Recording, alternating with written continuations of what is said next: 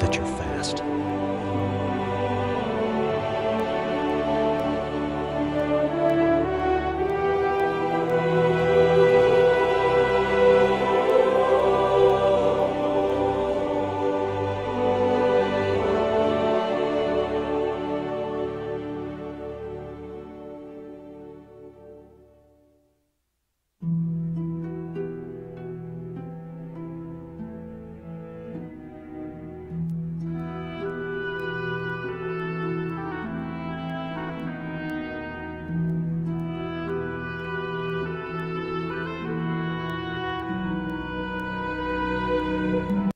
Ladies and gentlemen, welcome to Shifting Gears. I'm your host, Clutch, and I'm really excited for tonight's episode because I get to talk about something that I'm really passionate about, and that's stories. And what better story to talk about than the story of Diablo, because the third game comes out in a week. Very exciting times indeed. So tonight, we're going to go over the entire history, the entire lore of the Diablo franchise, the books, the backstory, the Old Testament, if you will, of what all this means, of this eternal conflict between demons and angels, and how man are in the middle of it. First off, I'd like to say that I have read most of the books for Diablo so far. I have 3 left to go, and they're pretty good. Some are better than others. The Legacy of Blood was a pretty cool book. I just finished the Black Road today and read the Sin War trilogy a couple months ago. So the expanded universe is still canon, and that is incorporated into the universe itself because it does have the Blizzard stamp on the books. But our overarching theme really is going to be about the eternal conflict. And starting from the beginning is the best place to start. And I have with me that is a great summation of all the lore in Diablo, the Book of Cain, which you can get at bookstores or online at Amazon. And this really is the book to read if you had not have read all the books or the lore, but this gives a great summation of everything you need to know from the beginning of time all the way up to the end of Diablo 2. So, the dawn of time in the Diablo universe starts between Anu and the dragon, and this this tome is written from the perspective of Deckard Cain, which is pretty cool. But it starts out, as with all things, it is best to begin with the beginning, the creation. All things after it are a result of it, and the nature of it reverberates down through the millennium. A great many mystic and tribal storytellers impart some version of the story. I am using ancient writings from the Black Book of Lama Sen. I choose this source because Lama Sen was a skilled sage renowned for his knowledge of Sketsimi mysticism and folklore. So, Deckard Cain's like, listen, I have done all of this research, okay? I have looked at all the different folklore tales, twisted, maybe from the truth or embellished, and he's pretty much trying to get to the root of what's true and what's not. But there is a term here. It says, before the beginning there was void. Nothing. No flesh, no rock, no air, no heat, no light, no dark. Nothing save a single perfect pearl. Within that pearl dreamed a mighty, unfathomable spirit, the One, Anu, made of shining diamond. Anu was the sum of all things, good and evil, light and dark, physical and mystical, joy and sadness, all reflected across the crystalline facets of its form. And within its eternal dream state, Anu considered itself all of its myriad facets. Seeking a state of total purity and perfection, Anu cast all evil from itself. All dissonance was gone, but what of the cast-off aspects of its being? The dark parts, the sharp, searing aspects of hate, pridefulness. Those could not remain in a state of separation, for all things are drawn to all things. All parts are drawn to the whole, those discordant parts assembled into the beast, the dragon. Tathamet was his name, and he breathed unending death and darkness from his 7 devouring heads. The dragon was solely composed of Anu's cast-off aspects. The end sum of the whole became a singular evil, the prime evil, from which all vileness would eventually spread through existence. Those separate beings, Anu and the dragon, were bound together within the pearl-shadowed womb. There they warred against each other in an unending clash of light and shadow for ages uncounted. The diamond warrior and the 7-headed dragon proved to be the equal of each other, neither ever gaining the upper hand in their fierce and unending combat, till at last, their energies nearly spent after countless millennia of battle, the two combatants delivered their final blows. The energies unleashed by their impossible fury ignited an explosion of light and matter so vast and terrible that it birthed the very universe all around us. All the stars above and the darkness that binds them, all that we touch, all that we feel, all that we know, all that is unknown. All of it continues through the night and the day in the ebbing and flowing of the ocean tides and in the destruction of fire and the creation of the seed. Everything of which we are aware and that of which we are utterly unaware was created with the deaths of Anu the dragon, Tathamet. In the epicenter of reality lies Pandemonium, the scar of the universe's violent birth. At its chaotic center lay the heart of creation, a massive jewel unlike any other, the Eye of Anu, the World Stone. This is very key here, the World Stone. It is the foundation stone of all places and times, a nexus of realities and vast untold possibility. Anu and Tathamet are no more, yet their distinct ancestors permeated the nascent universe and eventually became the bedrock of what we know to be the high heavens and the burning hells. Anu's shining spine spun out into the primordial darkness where it slowed and cooled. Over countless ages it formed to the crystal arch around which the high heavens took shape and form. So, this summation of these legends that Book of Cain had said is pretty much there are two forces in the universe. That with the creation of the universe, these two forces existed. You had the light and you have the dark. You had Anu and you have the dragon. And after they defeated each other, there was that big explosion, the universe was created, and that light and darkness permeated the entire universe. But at the center of the universe is that World Stone. And the World Stone is so key here because we know about it in Diablo 1 if you read the manual, and especially in Diablo 2 because Tyrael destroys it. And it has a lot of presence and implications that is important to understand the role that humans have in this whole affair. Okay, so the World Stone is key here. Like it says, it's a massive jewel unlike any other. It is a foundation stone of all places and times, a nexus of realities and vast untold possibility. So with that explosion, with that creation of the universe, you had two forces. You had good, or light, you had light, and you had darkness.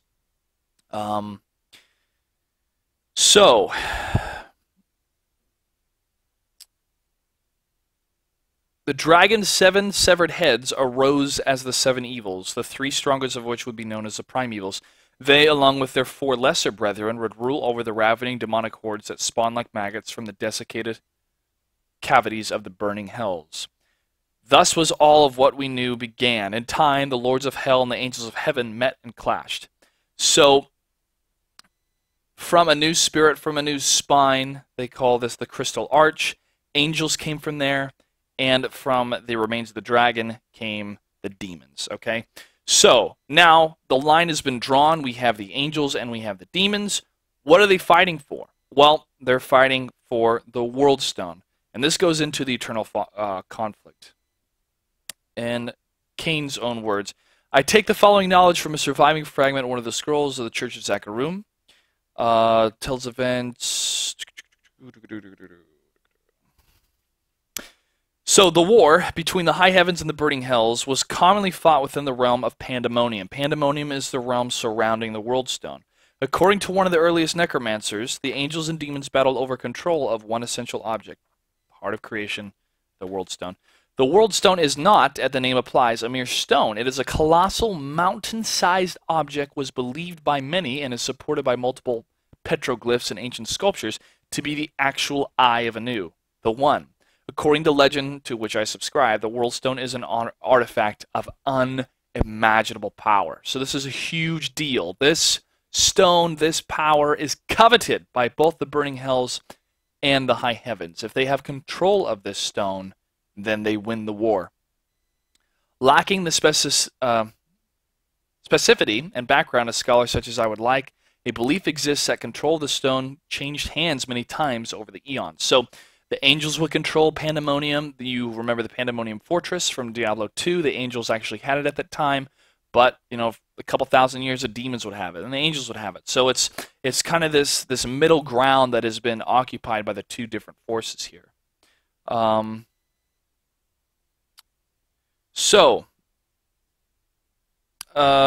Archangel Tyrael ordered a bastion to be built around the World Stone, a stronghold which would come to be known as the Pandemonium Fortress.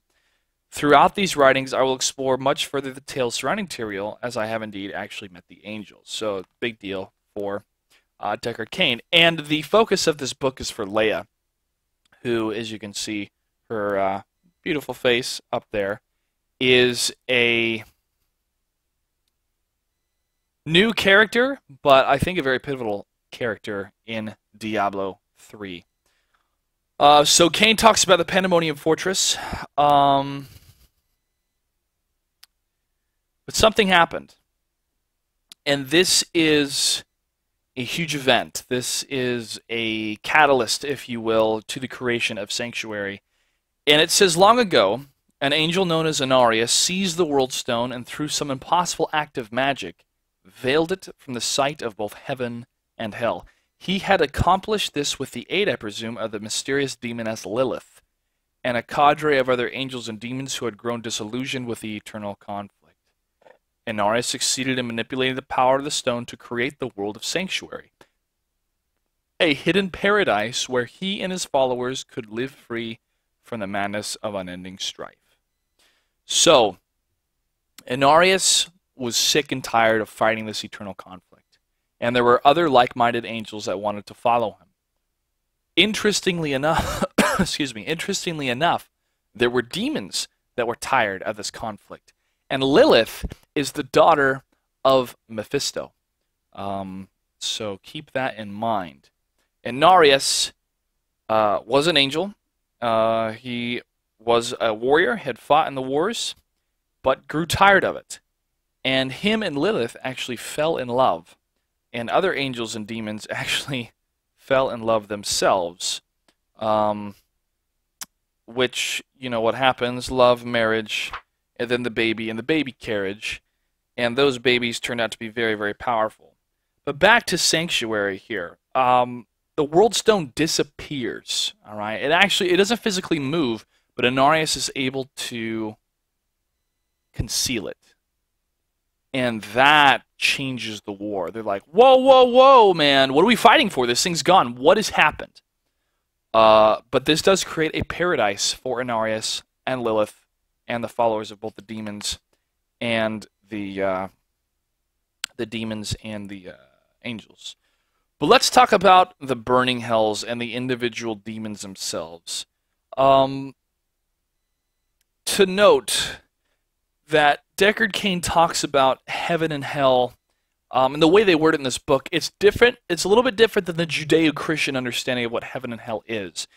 When a mortal dies, they don't go to heaven or hell. Heaven and hell are actual physical planes in reality that angels live in the high heavens and demons are from the burning hells. There is another plane of existence after death that is not fully understood, but it is hinted at in different parts of the books, and also there's something about death that intrigues me with the demons and the angels, because they can actually die. Their essence in the high heavens or the burning hells is no more, which is an interesting thought. Where do they go after that? But Deckard Cain makes that point clear in the book, that this is different than the Judeo-Christian understanding of heaven and hell. So if we separate that and understand that heaven and hell are two planes of existence, and then Sanctuary is in the middle, and that angels are in heaven and demons are in hell, and they're trying to kill each other all the time, and they can die, leaves it to stakes are kind of high then with this war, and especially for the mortals later on. But hell is a pretty bad place. It just talks of torment, and just if you can equate any vocabulary to hell, it's pretty much what the burning hells are. But let's talk about the prime evils, the lords of the burning hells. And there is a hierarchy that exists in hells, and you have the 3 prime evils and the 4 lesser evils. Now, we could all say together who the 3 prime evils are: Diablo, Mephisto, and Baal. Diablo, but his full name actually is Diabolos, but he's known more widely as Diablo. He is the root of all fears buried deep within mortal minds. He is the nightmare that awakens us sweating in the dark. He is an entity of pure malevolence and depthless evil. Depthless evil. It's like trying to imagine evil with no depth is pretty frightening. Okay, he has plagued Sanctuary on several occasions and tormented mortals again and again, more often than any of his foul brethren. Despite the fact that age, as we know it, does not apply to the lords of hell, Diablo is generally considered to be the youngest of the 3. It may also seem odd to assign positive traits to a demon. Nonetheless, it is said that Diablo is the most creative and far-sighted of his brothers, perhaps of all the evils. Many claim that Mephisto is the most intelligent, but intelligence has many facets, as does evil.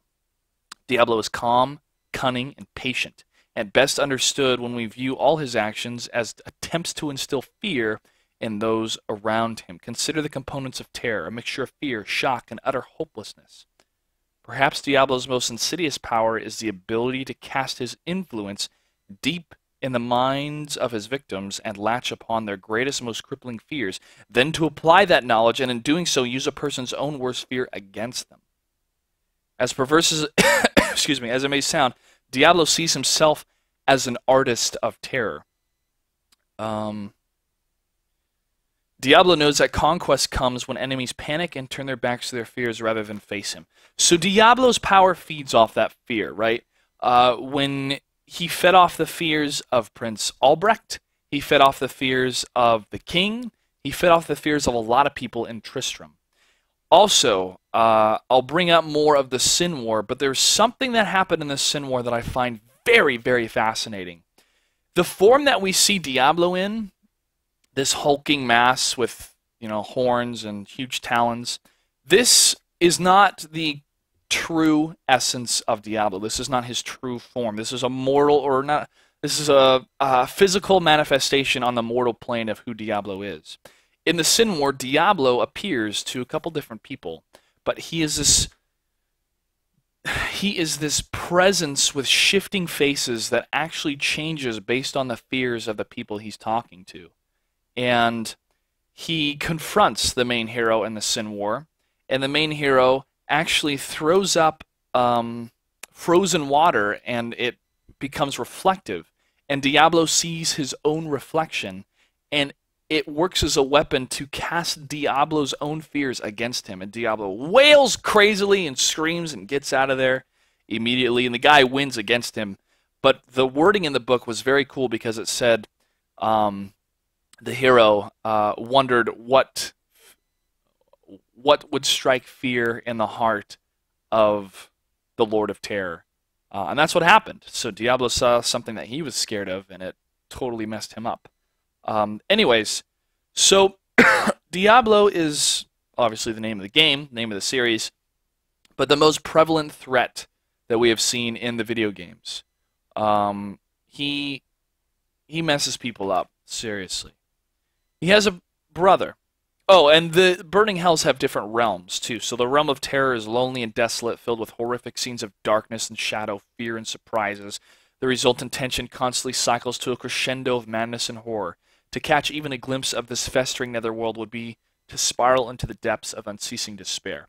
So the different parts of hell are actually divided up where the different primevals rule over, and they each have separate minions, or of their own creation, or kind of carry the theme of what they're about.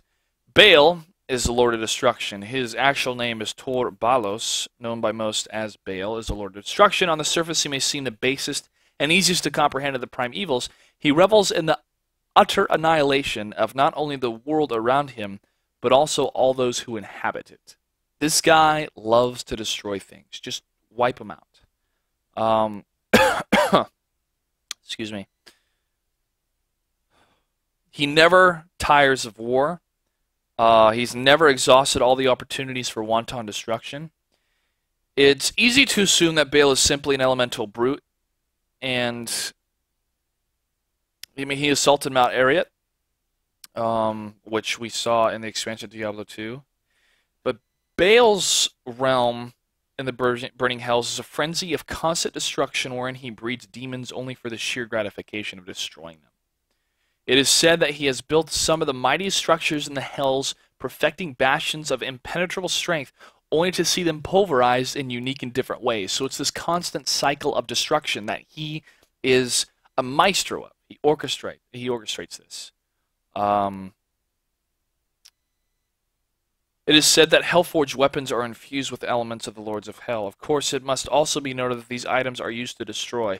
Once again, we see that the theme of creation and destruction rings through all things associated with Baal. So he creates to destroy, and he destroys and take what he destroys and creates again in order to destroy it.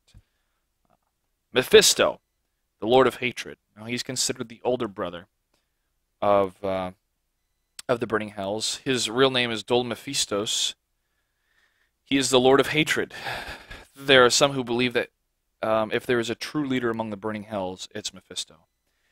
They say that he is the most adept at playing his brothers against each other. Diablo and Baal chafe at his manipulations, but more often than not, they comply, most likely because Mephisto provides them with ample opportunities to pursue their ambitions.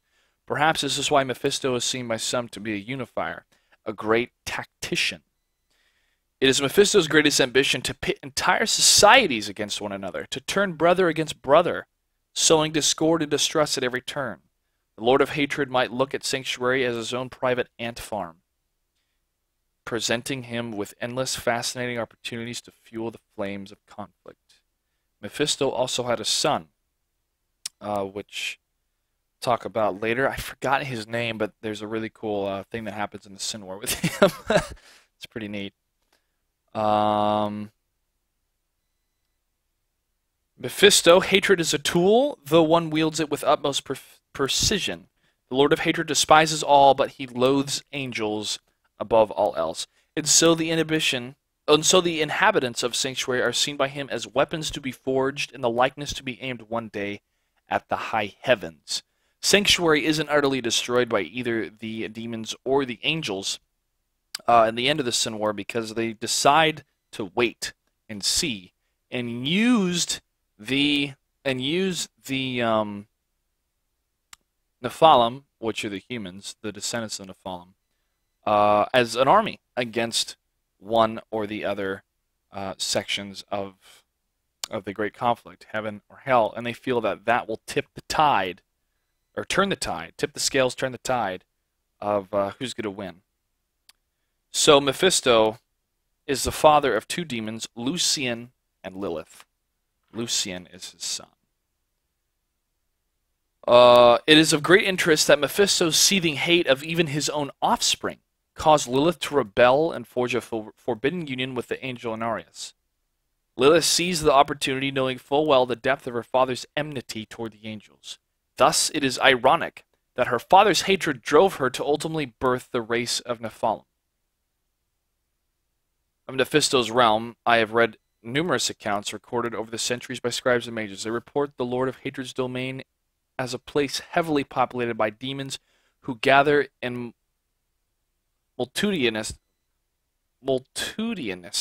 that's a new word, formations conspiring to create factions based on competing ideologies. And that hatred goes back and forth. So you have fear, you have destruction, and you have hatred, which divide, which separate, which destroy, which pit person against person, brother against brother, or make men unable to act due to fear. And these prime evils use their power. Now, there are the lesser evils. But Deckard Cain warns here, dear reader, do not be fooled by the designation of prime or lesser. It is one that is relevant only within the burning hells and does not mean that one evil is more or less dangerous to us mortals. In fact, it is probable that the lesser evils are more dangerous than the primes. It is, after all, known that the four lesser evils rose up against the primes and banished them to sanctuary in a rebellion termed the Dark Exile. So, this goes into the four lesser demons, Duriel, the Lord of Pain, and each of these demons have their separate sections of the burning hells. Duriel, we fought, and that guy was a beast to fight. In Diablo 2, he loves to torture and inflict pain. Yeah, I mean, just pain. Straight up pain. That's what he likes to do. Andariel, the Maiden of Anguish, the only female prime or lesser evil. Her twin is Duriel. She's interested not in physical pain, but in emotional agony. She believes in the purity of anguish. So as Duriel, this huge hulking mass of death, likes to dish out pain physically, Andariel likes to dish out pain emotionally. Like when a girl breaks your heart, when she says she'll call you but she doesn't. That's Andariel. You fought her at the beginning of Diablo 2, and destroyed her. Or did you? Or did you? So we're pretty familiar with those two lesser evils, right? Because we knew them in Diablo 2. Asmodon, the Lord of Sin, I want to cover this guy more along with Belial, because we have not seen him. We've barely even heard of him until Diablo 3, until the cinematics came out. Asmodon, the Lord of Sin, is a clever manipulator who trades in vice and corruption. He is passionate and plotting, both to very dangerous degrees. He is by far the most charismatic and seductive of all the evils. He is also the leader of hell when the prime evils are exiled. Asmodon takes pleasure in all things to every possible extreme. He loves vice in all its forms, but the truest gratification he derives is from the failure of others. Asmodon is a master of temptation, of causing those who hold steadfastly to principles and beliefs to ultimately betray them. Asmodon can see most clearly the heart's desires. He exists only to shred mortality, to bring any and all within his sphere to the point of breaking. Perhaps if one could analyze the inner workings of Asmodon, they would see that the Lord of Sin defines the universe through the extremes that one is willing to go to. He believes that all beings find their truest identity by embracing the far limits of perversion and depravity. It is, if this is difficult for the reader to grasp, do not feel stymied. There are scholars and sages who have meditated on and contemplated this subject for years and still wrestle with their understanding. Asmodon would surely find fertile ground on Sanctuary to plant the seeds of corruption, but fortunately he has never, to the best of my knowledge, appeared upon the mortal plane. It is said in the scrolls of Malzakum that Asmodon's land in the hells is the most densely populated. It is a warped arena of myriad sins, of both great joy and despair, a place where garish perversions are indulged to the extreme.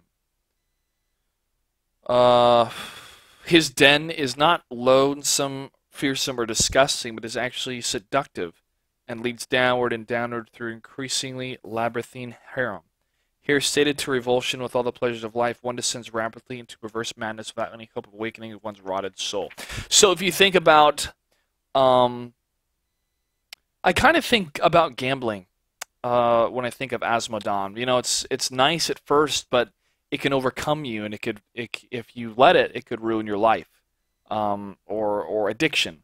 And so when I think of Asmodon, that's what I think of, like the Lord of Sin, something that's alluring and pleasant and nice at first, but if you let it, it can destroy you. Which, you know, a lot of things can. They can get the better of you. Drugs, alcohol, gambling, too much work. I mean, life's all about balance, which is very key to this entire story of Diablo here about balance.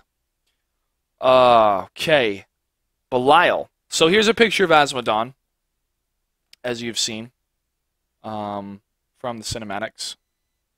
Now here's a picture of Belial, which I am interested to see more of, because he is the Lord of Lies. No first-hand knowledge of Belial from excuse me, Book of Cain. He is depicted in various writings as a trickster and master deceiver. Belial advocates the notion that perception is reality, and it is his sole purpose to dominate reality.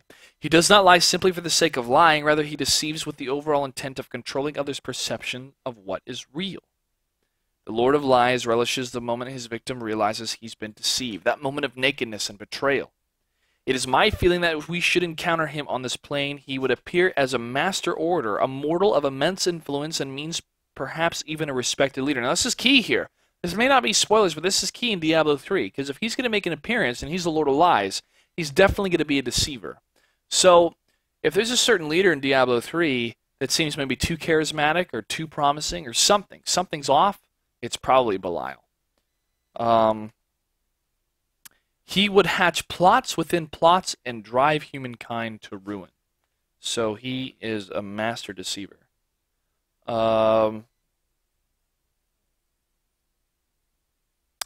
His one weakness, though, is that his deception does not stop with others, for he is often trapped within the intricate webs of his own machinations. If you were to enter his realm in the burning hells, it would be a paradise of beautiful growth and pleasure. However, you would soon be reminded of Belial's nature. As you went deeper and deeper into this realm, we would see that the beauties are merely bait, leading us into some torturous trap or another. Far too late, we would realize that our perception of reality had been warped, twisted beyond despair. Illusions. Evil illusions is what this place is. So in conclusion, in conclusion of the evils, we have Diablo, Mephisto, and Baal, the three prime evils. Mephisto and Baal's soul stones have been destroyed, so have Diablo's. So you would think that the prime evils have been destroyed. Well, guess what? Diablo 3 comes out next week, and clearly something is going on that didn't secure their destruction. Also, you killed Duriel and Ondariel, but they didn't have any soul stones. So, what did you kill? Was it a physical manifestation of them? Does their essence still exist in hell? Are they going to make another appearance? I don't know. But hopefully once you kill something, it stays dead, because that doesn't seem to really happen in the Diablo universe. Now we're going to talk about the Angiris Council. This is the High Heavens. And what better way to introduce the High Heavens than to show you this amazing video that was released today?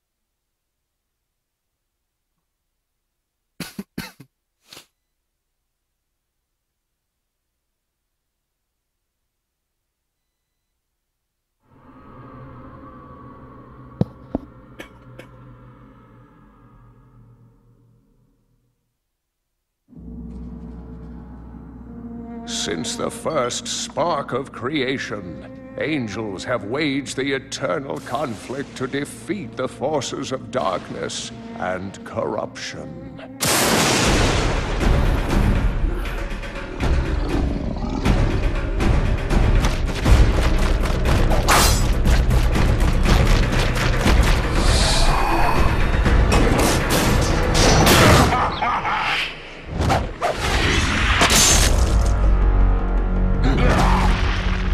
Led by the Angiris Council, their unity made them an indomitable force for light and righteousness. Stand fast! Oriel, Archangel of Hope.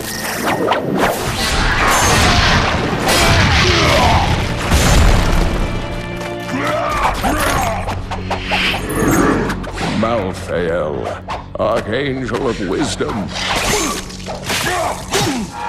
Ethereal, Archangel of Fate.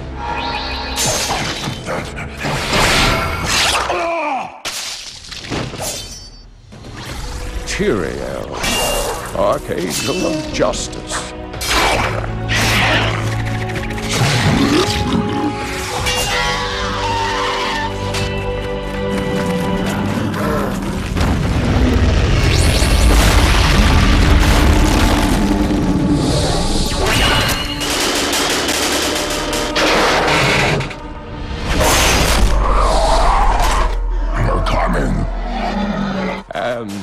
Imperious, the Archangel of Valor.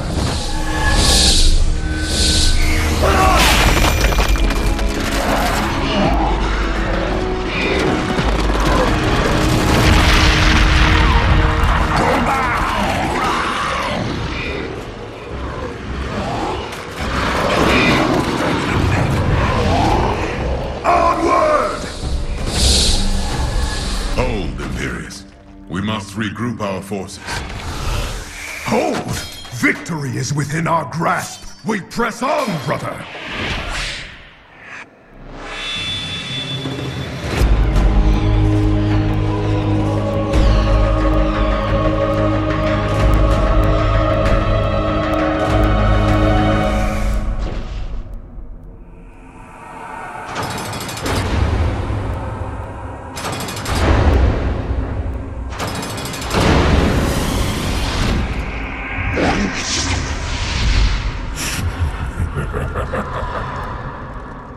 Diablo. Are you prepared to face me alone, Imperious?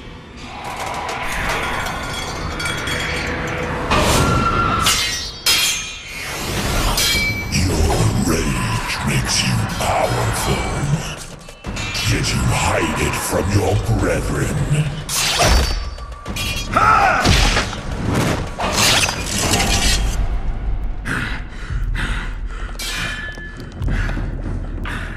Perhaps you fear them seeing you for what you truly are. I fear nothing!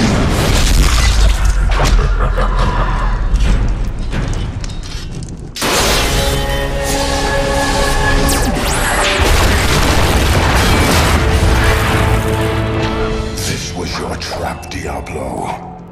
Pitiful. Yet, here you all are.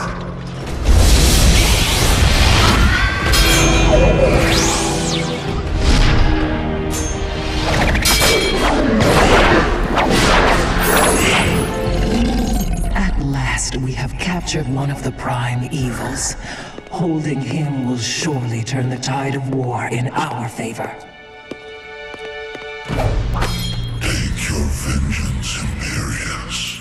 Seal your victory. This is not justice, brother. Nor does this decision lie with you alone. If you slay him, he will simply return in time. But if we imprison him... Against his kind, there could only be blood for blood!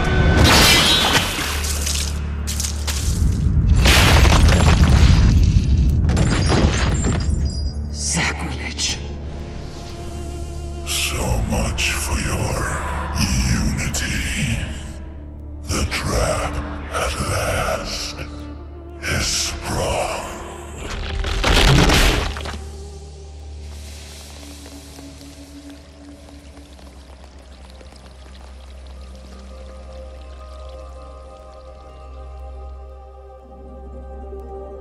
Angels, demons, I fear their conflict will soon engulf the world of men. And when it does, what hope will there be when even the wrath of angels cannot be quenched?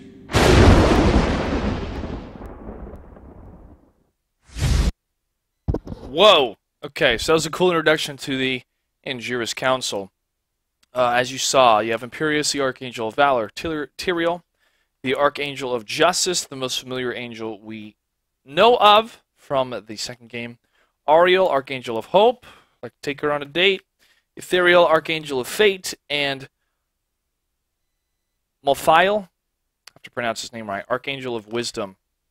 And he looks kind of emo in that picture. Anyways, so we know about the Burning Hells, we know about the Prime Evils. The Heavens, they have the Angelic Council. Now, these are not the only angels, but these angels make up the ruling factor of the High Heavens, right? So, angels, in their pure existence, are of a divine essence of light and sound. They're not like a physical body. They're not like a man. But they're a radiance marked with a beautiful harmony. Although the reader may find the description abstract, I believe that angels in the high heavens exist more like magnificent movements of music and light. It is told that even the armor the angels wear is ornamental and used more to provide a sense of individuality than to protect. It is written that the angels have worn this armor since the beginning, long before the appearance of humankind, so their use of it is certainly not an attempt to appear more like humans. I believe the armor to be both functional and decorative, although I must admit this is merely supposition on my part, words of Deckard Cain. So, there's not like a man underneath the armor, but definitely each of these angels have characters. Right, so let's talk about Imperius. This guy, I mean, just looks like he is the shaft of Diablo right now. He is the leader of the Angiris Council, if leadership exists at all in the human sense. It is he who commands the warrior host of the high heavens. His tactical brilliance encompasses all facets of warfare, from maneuvering armies in the battlefields to leading covert strikes against Hell's outposts. He would tread where other angels did not dare. And talks about how he's a great warrior. His weapon is called Solarion, the Spear of Valor. And he forged this weapon in the heart of a dying star. That's pretty cool. It is an extension of his immutable will, powerful enough to sunder Hell's mightiest ramparts with a single righteous strike.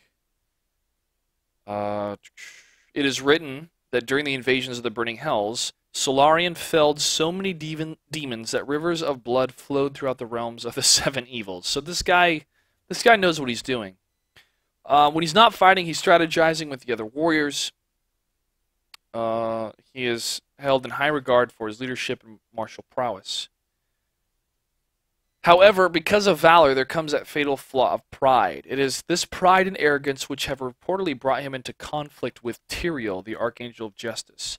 This is due in large part to the pact that Tyrael helped make between the heavens and the hells at the conclusion of the Sin War.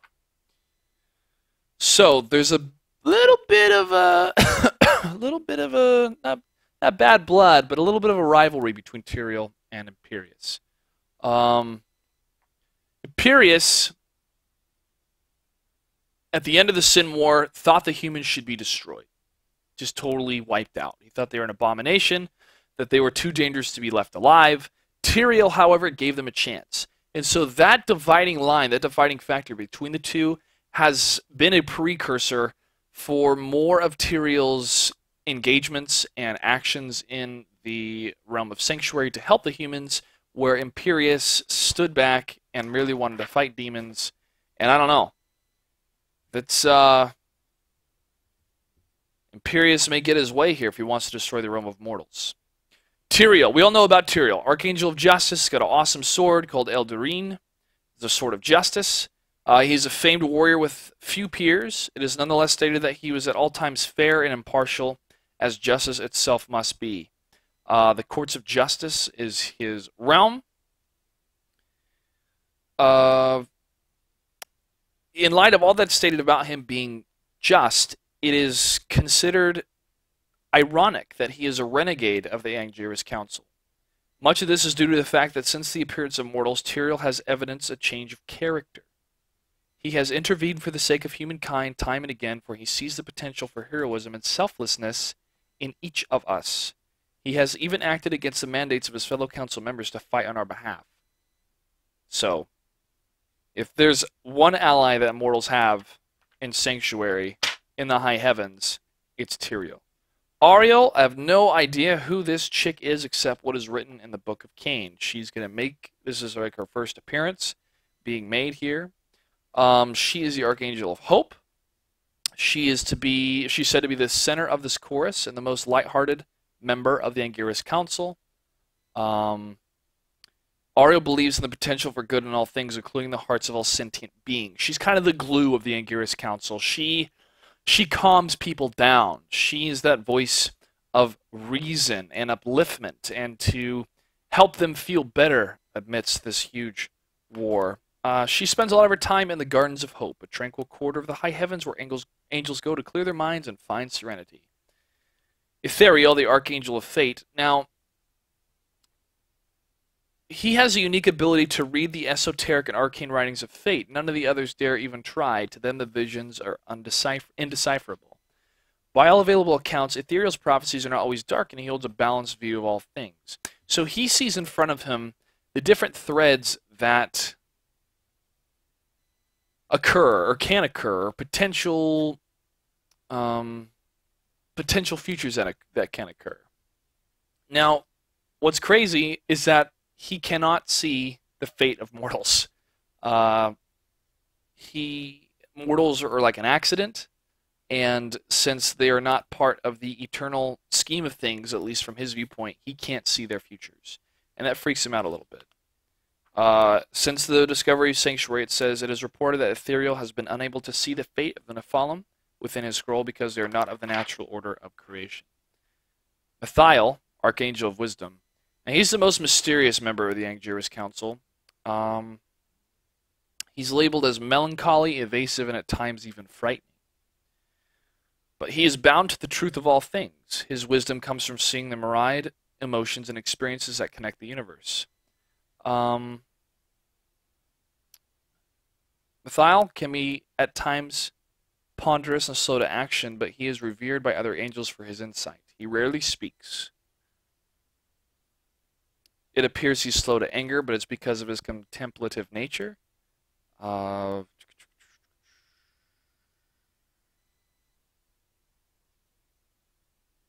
When Sanctuary was created, Mathiel seemed to start his mood being darkened. And honestly, this guy was so connected to the World Stone that once it disappeared, it kind of frazzled his brain. He's like, I can't understand this. The World Stone, the thing that we've been fighting over, the core of our universe is missing. And it messed with him a bit, and he started to become more brooding. There are troubling accounts, Book of Cain says, that Mathiel disappeared after the World Stone's destruction.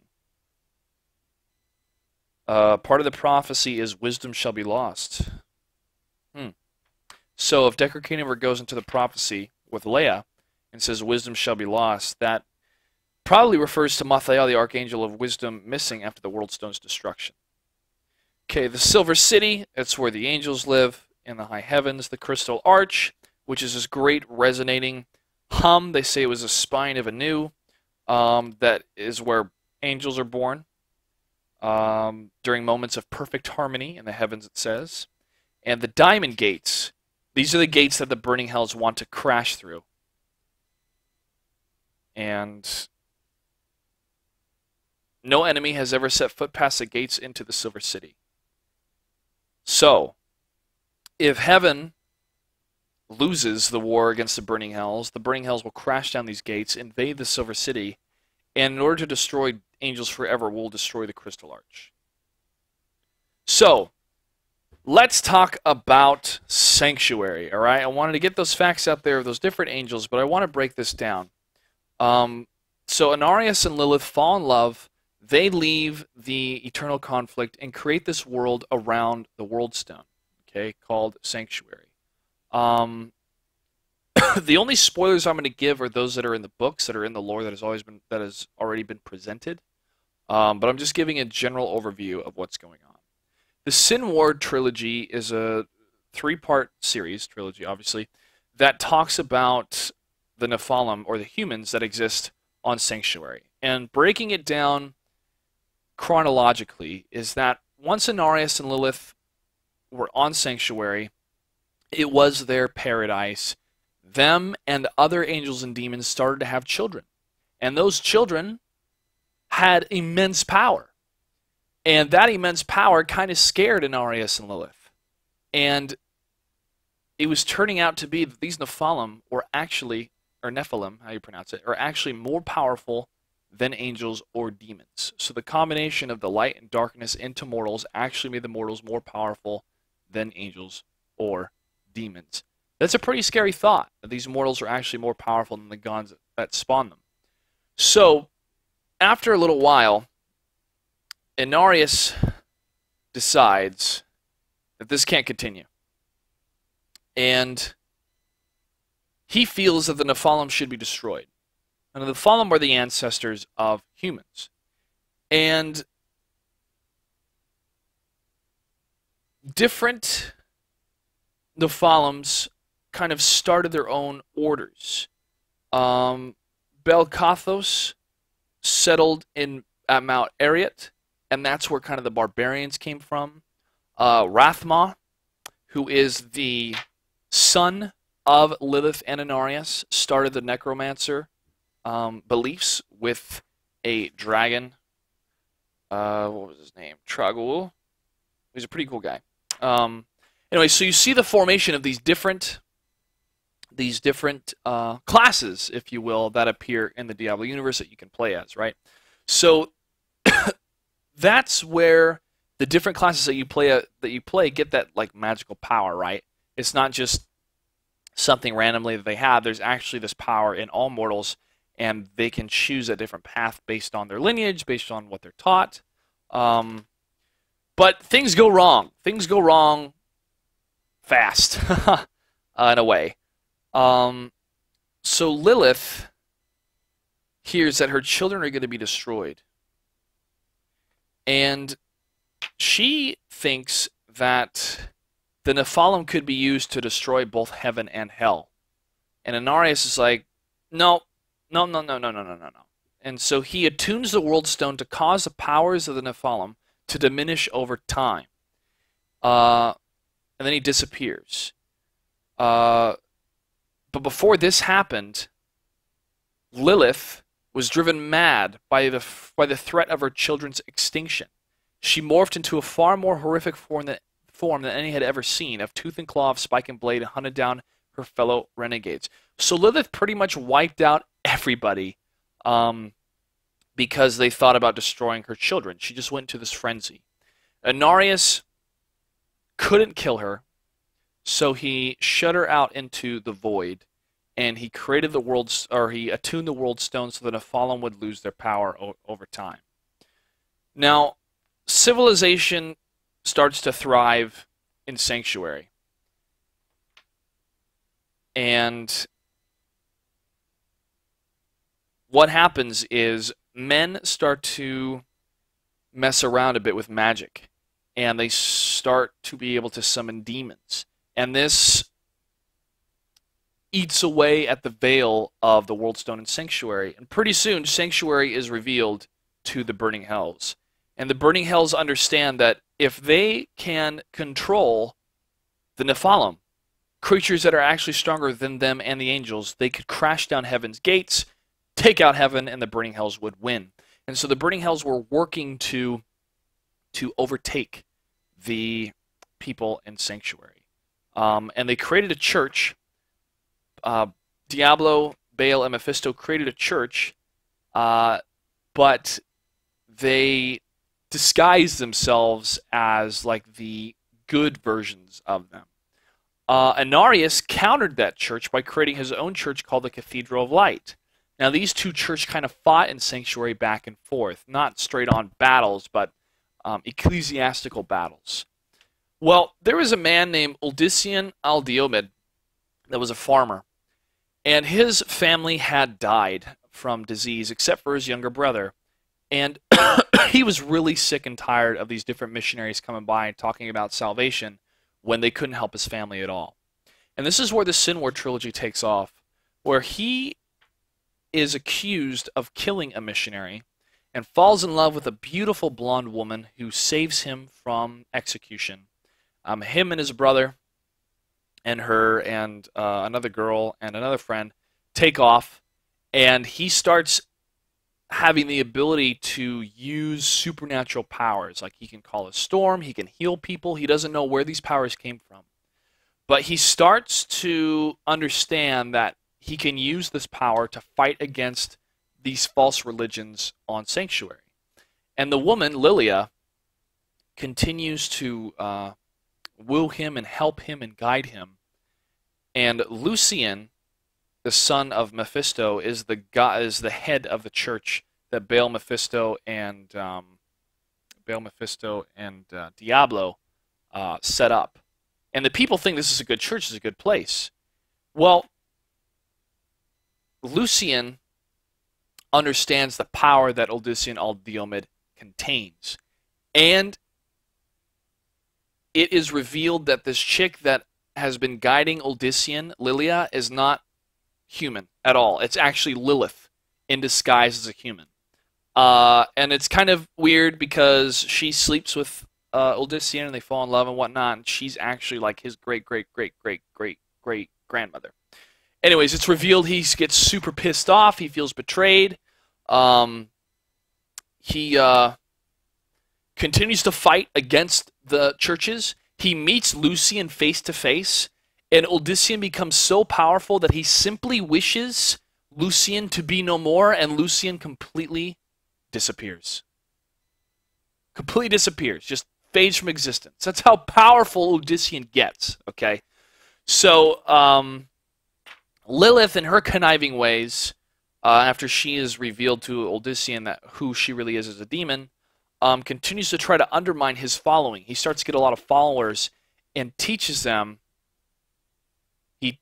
teaches the different followers how to activate that power within themselves. And so that diminishing effect that the World Stone had upon people, what had happened is Lilith had changed the World Stone so that power was no more, or had been diminished. So people started to get that power back that they first had when they were born of the angels and demons.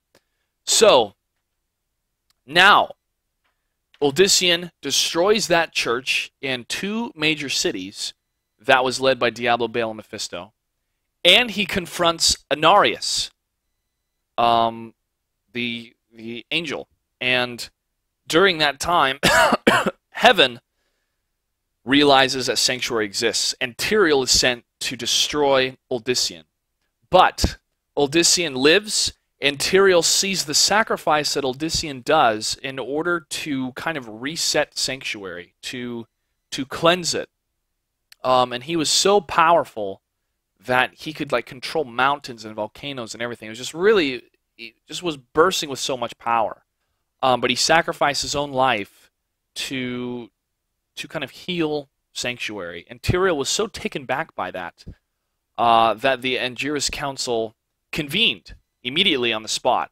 And they had a vote to decide whether to destroy Sanctuary and completely destroy all the mortals, or to let them live. And Ariel wanted to let them live. I forgot who the other angel was that wanted to let him live, but Tyrael was the deciding vote, because Imperius and others decided they should be destroyed.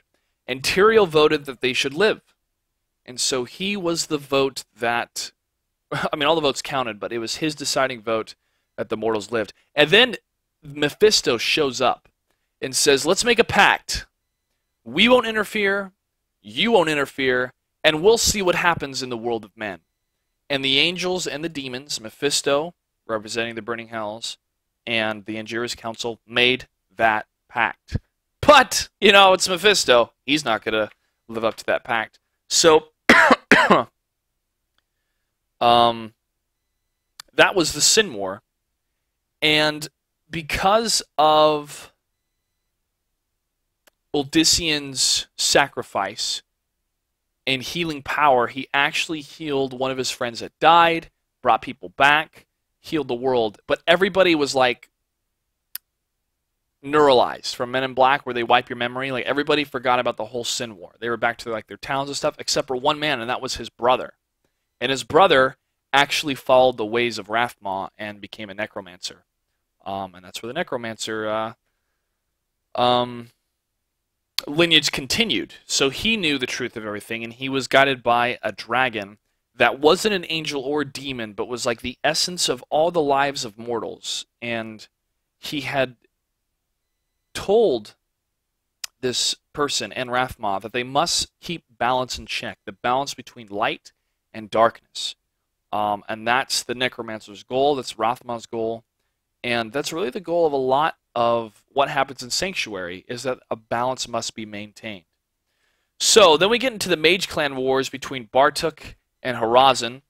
The Vajiri are mage clans that use magic, obviously, to attack each other. And it goes through the Age of Magic, the Age of Faith. The Vajiri clans fought against each other, and then the Age of Faith came with the Zakarum Church. And then the Dark Exile occurred. And this starts to get into Diablo 1. But before we continue, we're going to take a quick little break. When we come back, we're going to go into the Dark Exile and into the Horadrim, and then Diablo 1. So, we'll be right back.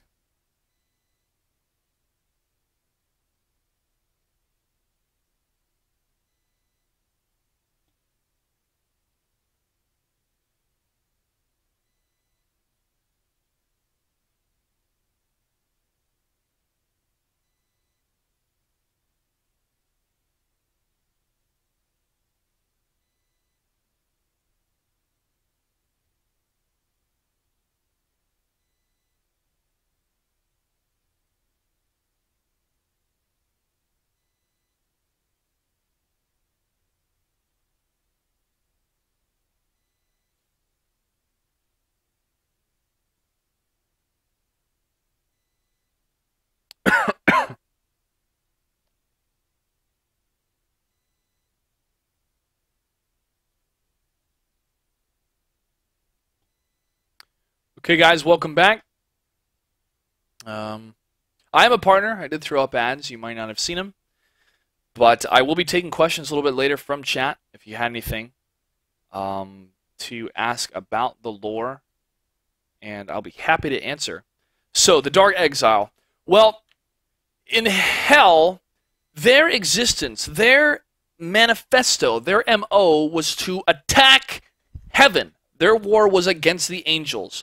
And when the prime evils were focusing so much on Sanctuary, the lesser evils were like, dude, okay, we're done.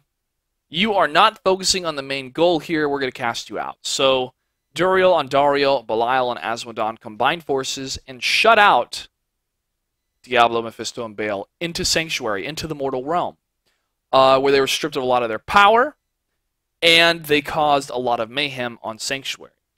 Well, Tyrael, he was getting fed up with the pact being broken by the prime evils, and so he decided that it was time that he intervened, and he created the Horadrim. He gathered all the mages that were interested in having peace and balance, and to be guided by the light, and to destroy these demons, and he created the Horadrim, which you've heard of the Horadrim Cube, and Deckard Cain is the last of the Horadrim. And so Baal, Diablo, and Mephisto were chased by the Horadrim, and they fled into different lands. And the Horadrim captured all three of the prime evils in Soulstones. But the Amber Soulstone was shattered. There may have been subterfuge within the Horadrim. Zoltan Kulle probably did not handle the Soulstone as best as he could. So there might have been some subterfuge there. Anyways, Tal Rasha, because the Amber Soulstone was cracked, decided to give up his life and helped contain the essence of Baal in himself, and you see that in Diablo 2.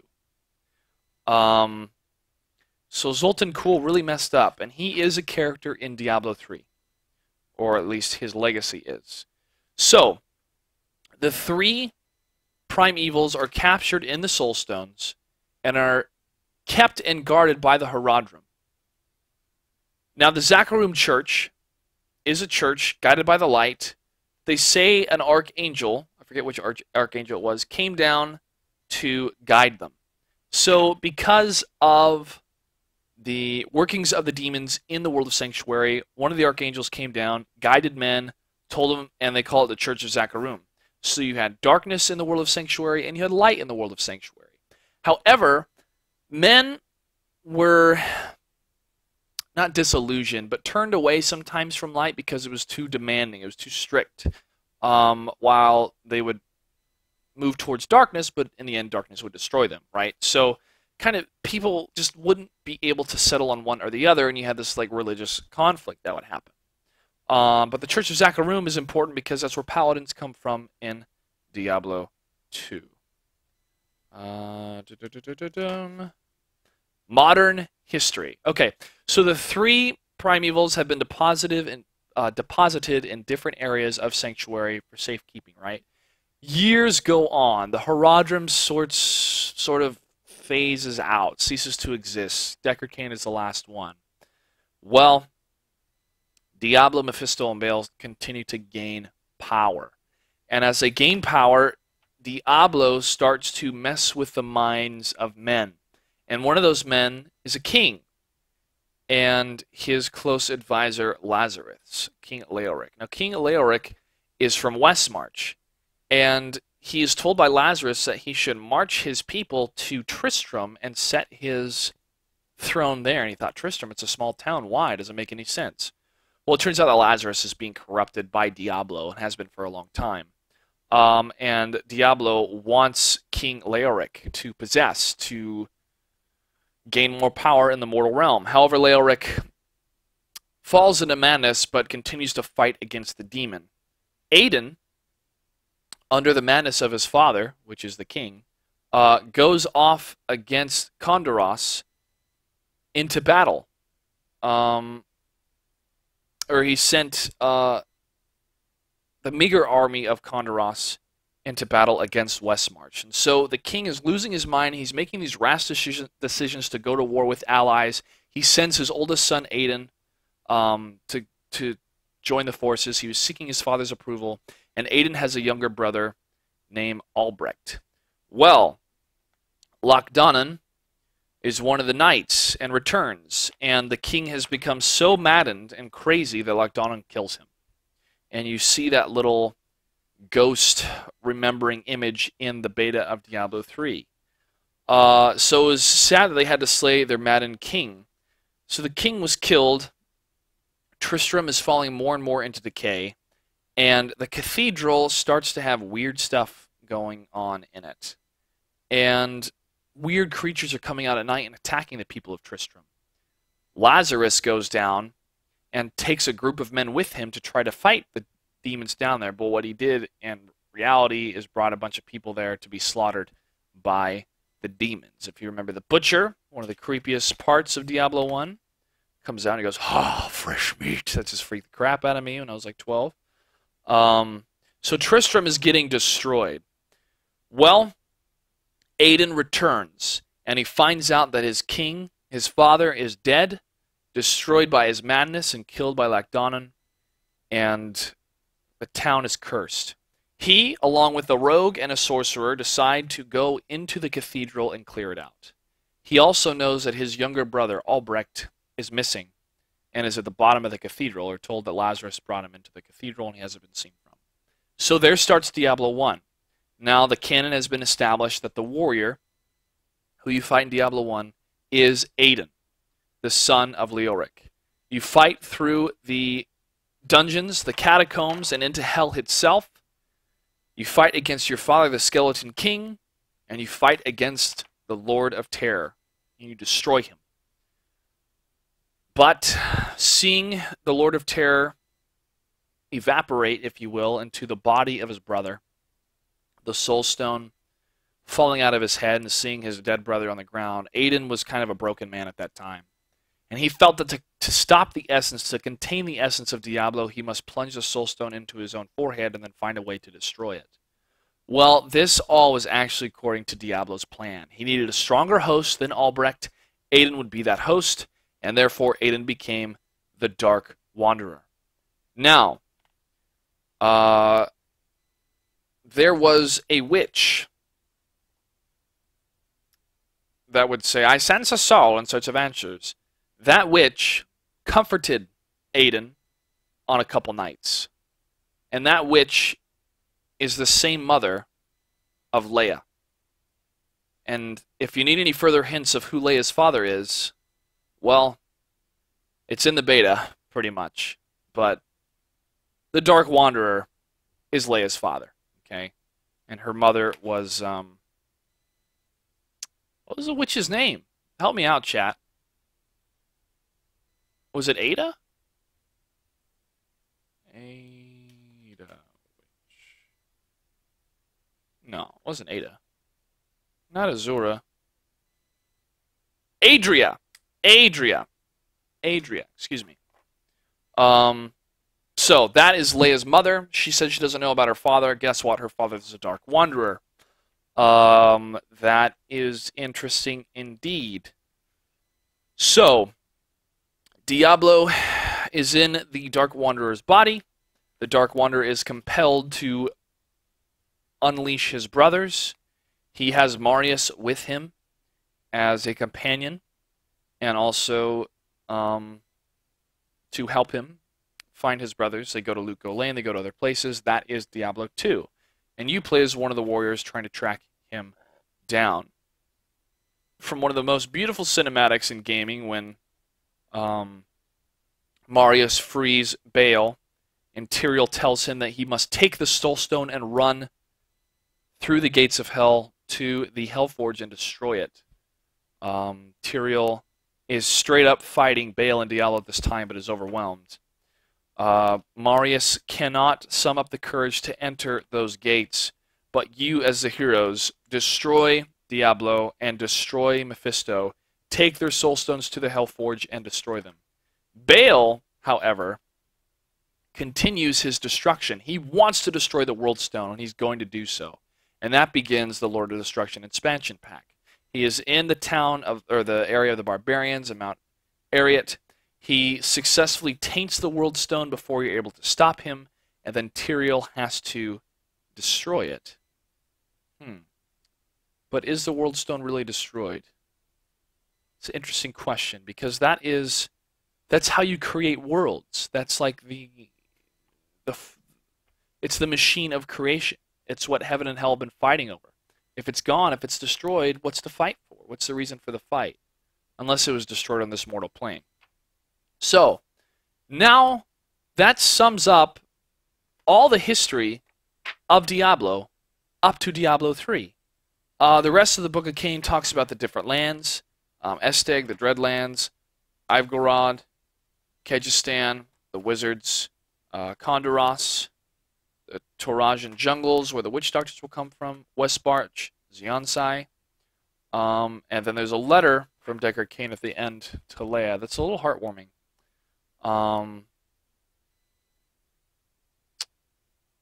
He talks about the journal that he gives her, and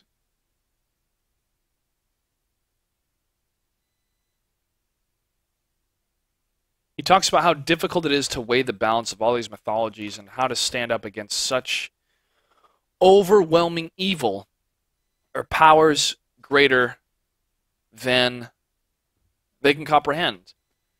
But the true magic of the Diablo series is that the strongest and most powerful beings in Diablo are the quote-unquote mortals, are the offspring of angels and demons. And that's why angels and demons continually harass them or try to guide them, because they know that these beings are more powerful than them. And one of the greatest powers they have is choice, and balance between light and darkness. And whenever Sanctuary is invaded by light or invaded by darkness, there's a way to balance it out. A way is formed to balance it out.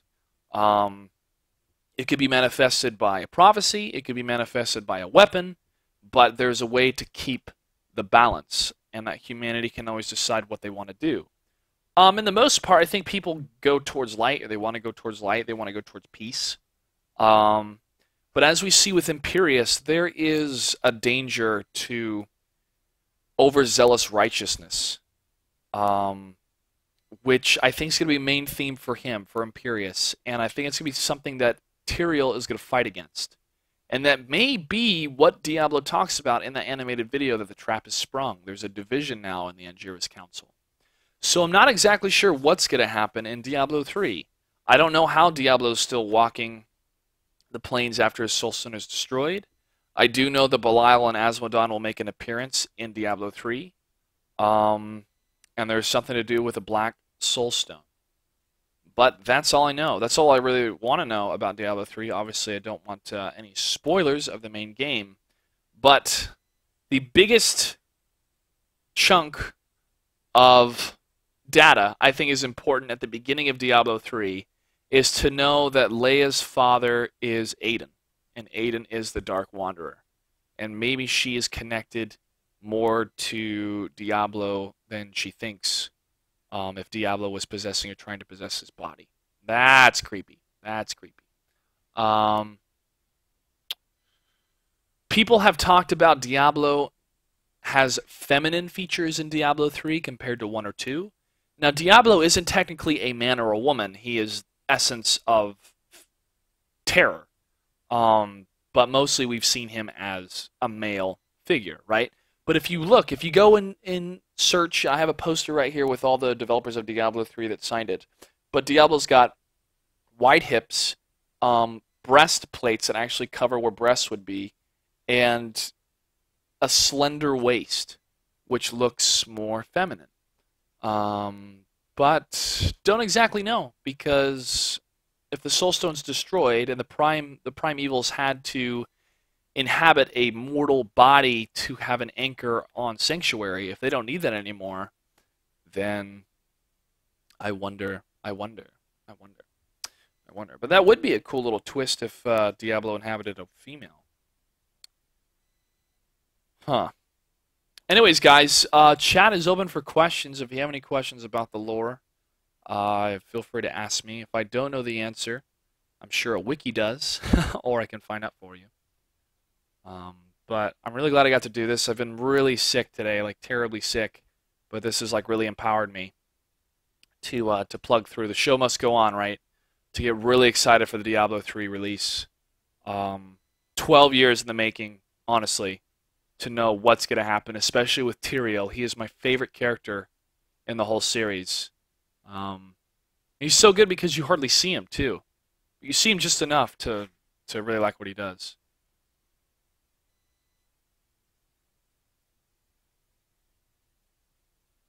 Yeah.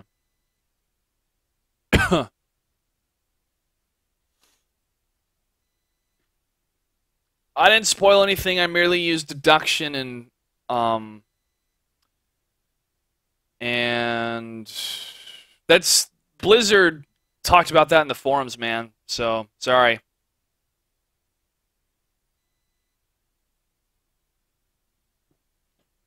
According to Leia, her mother's already dead. Adria's already dead. Adria had the baby and then left, and Deckard Cain raised her. And was told that she died. So, not sure if she's really dead or not, probably. But we'll find out.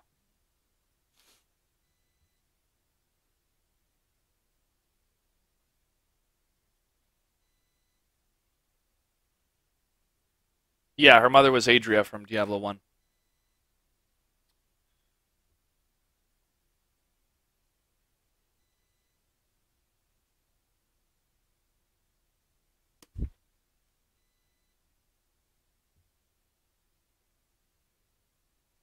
Yes, she is the witch from Tristram in Diablo 1. Her voice is different in Diablo 3. What happened to the other clans that are not in Diablo 3? They just exist elsewhere, not in the D3 story. Oh, classes. Blizzard said that some of the classes, like characters from those classes, will be in Diablo 3. Not that you play them, but you can meet characters that are those classes. I think the canon is one of each actually fought Diablo. Just like in Diablo 1, where the warrior is Aiden and became the Dark Wanderer, the rogue became Bloodraven, she was corrupted, and the sorcerer became the summoner, which you fought against in the Arcane Sanctuary.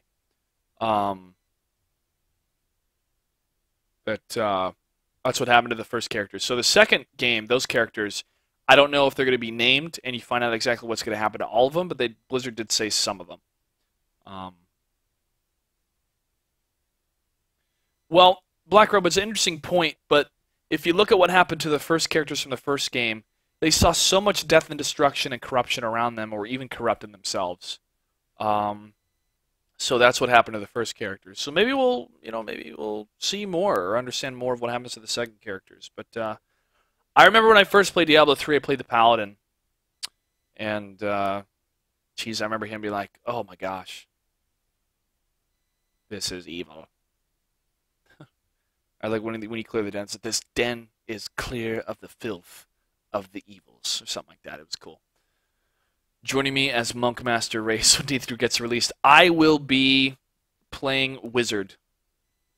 Because, Diablo 2. Yeah, Diablo 2. Hammered in OP. I'll be playing the Wizard, primarily.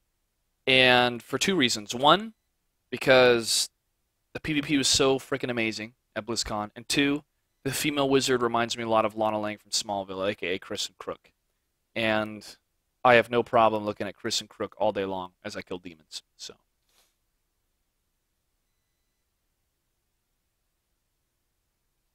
Yeah. I mean, I used the, Thorns? Thorns is one of the aura I used. Yeah.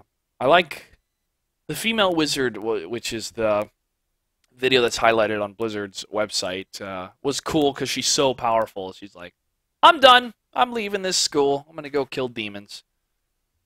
The Witch Doctor, I think people will play their second time around, and they'll start to really enjoy what he can do.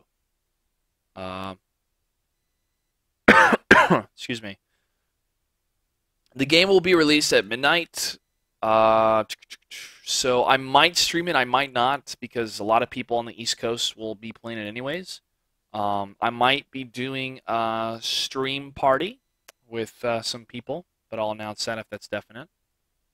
The Barbarian. Yeah, it's 3 a.m. 3 a.m. For you guys over there, but it's like 9 o'clock Pacific time. So I could do it, people that are waiting Pacific time to watch it. But honestly, the first playthrough, it's something like I would like to do on my own. I like to kind of treasure those moments on my own, the cinematics on my own. And then the second playthrough, I definitely would stream it. Plus, I got to be at the MLG Spring Arena number 2 that week, so like I got to cruise through the game and beat it. Yeah.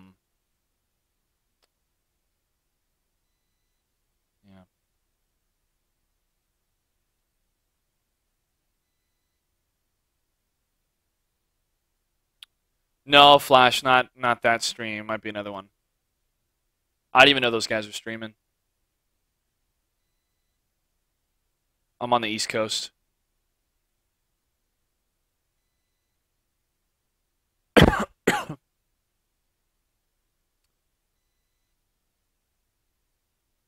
Whoa, so the game doesn't unlock until 3 a.m. Eastern time?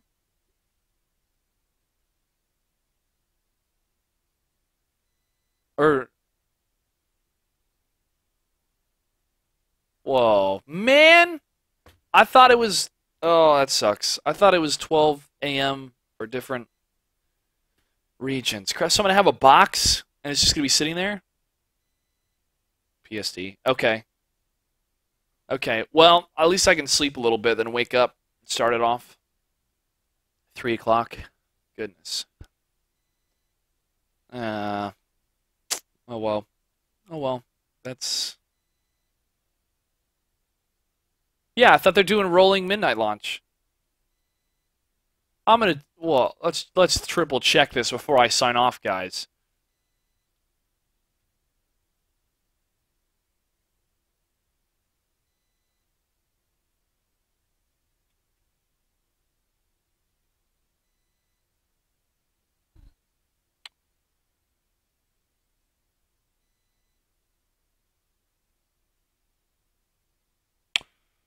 The Americas servers open at 12:01 PDT, May 15th. So that's 3:01. Ah, crap. Oh well. I'll go to sleep. And then wake up and play. And play and play and play and play and play. So, last call for questions, guys, in the chat about the Diablo lore. Oh, I'm getting Collector's Edition, man. Like, I even got the Collector's Edition of Cataclysm. I don't even play WoW anymore. It's just like, I'll support Blizzard. I like the art books and I like the soundtracks. So I'm definitely getting Collector's Edition. Plus show. Yeah, early midnight launch parties. It's true. That's why I always like living on the East Coast. I'm originally from the West Coast, but on the East Coast, I'm like, yeah, I get my game 3 hours before the West Coast. And now it's like, I gotta wait 3 hours. So, yes, they are. I just graduated from school, and I applied for 2 positions at Blizzard, which hopefully they'll call me. But there are 2 esports positions. Server, there are regions that you can choose, but you can't change the characters between those regions. For example, if I make a character on the North American region, I can't use that character on the SEA region or Asian region. So, yeah. Well, Diablo 3, guys, is going to be a lot of fun. I appreciate everybody coming out. I know it's just a lot of me talking about lore, which there's no gameplay or anything, but to me, I feel a deeper experience when I understand all the stories behind the game, the different characters, and what's at stake before actually playing the game. I feel the experience is more immersive. I get more out of it. I get more of my money's worth. And since I feel more invested in the actual universe, I get more out of it. I just hope that it doesn't disappoint story-wise, that it doesn't have a lot of cliched lines. Which I love StarCraft 2, but just some of the lines were like, come on, guys, this is really cliche. Anyways, but I look forward to it. I look forward to finding out what's going to happen, and I look forward to seeing the beautiful cinematics that the game has to offer. To answer your question, Wawa, what do you mean? Where will Diablo 3 start off? Oh, like story-wise?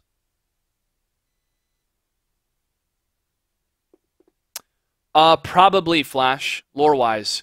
Well, lore-wise, Diablo 3 starts off 20 years after the end of Diablo 2, and Deckard Cain has been raising Leia, teaching her about the different ways of Horadrim, what has happened in Tristram, the reality of the evils and the angels that exist, the demons and the angels. And also, he knows that it's not over yet. He knows that Asmodan and Belial are still alive, and that there is a prophecy regarding the end of the conflict that he has been working very diligently to compile. That's why he makes this book, which ties everything in.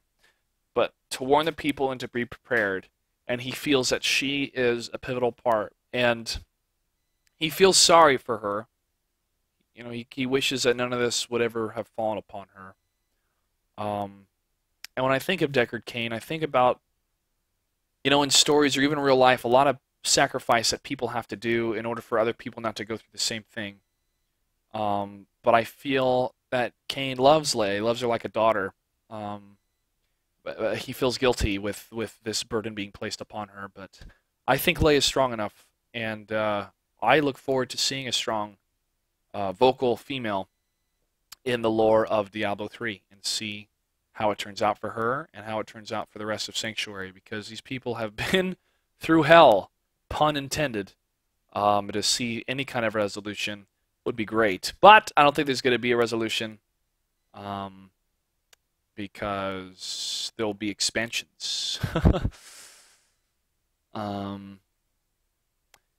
Diablo infect archangels, like archangels can never become demons because of their inherent nature, like their DNA. They can never become like demons, but they can fall. What was that angel's name that fell that you fought against Diablo 2? I forgot his name. You fought him in hell. But anyways, they can be corrupted, they can fall, but they never stop being angels. So anyways, guys, thanks for your participation. We are 1 week away. Isual, thank you. And he will appear in Diablo 3. All right? No more spoilers. Isual will be in Diablo 3. That was confirmed by Blizzard at BlizzCon. All right, ladies and gentlemen, wrapping up the show here. Thank you so much for watching. I do this show every Tuesday night at 10 p.m. I talk about a bunch of different topics, from live gameplay to esports to can angels die? Yes, Black Robe, they can die, so can demons. But death where do they go? That's like a realm beyond heaven, hell, and sanctuary, and that's an interesting concept.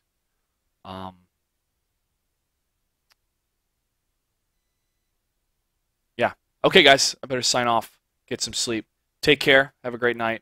See you guys. I may stream next week, but it'll be really late. But there will not be a shifting gears because of the time for Diablo 3. So go out there, get it, enjoy it, and we'll talk more about the game after we play it. Have a good night.